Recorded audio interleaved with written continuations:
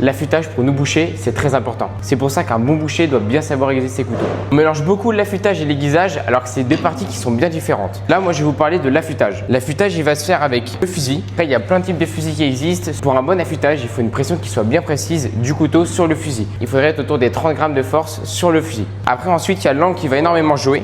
Pour vous donner un conseil, pour avoir un bon angle à chaque fois, posez le doigt au milieu de votre couteau. Une fois que le doigt il va bien être collé à votre fusil, vous venez poser légèrement la lame. Et là, normalement, vous aurez votre 30 degrés. Après, à partir de ce moment-là, vous avez juste à ramener la lame vers vous, gauche et droite. Ce qui compte pour un bon affûtage, c'est pas la puissance qu'on va y mettre, la vitesse, la rapidité. On voit souvent des bouchers qui affûtent très rapidement avec une force un peu comme des cow-boys. Donc non, si ça marche pour eux, tant mieux. Pour avoir un bon aiguisage de qualité, il faut surtout prendre son temps et faire des gestes au bon moment bien précis et surtout des gestes fluides. Donc voilà, une fois qu'on a notre angle, on part du manche, on va jusqu'à la lame. Avec notre angle de 30 degrés, on vient faire des mouvements francs sans s'arrêter.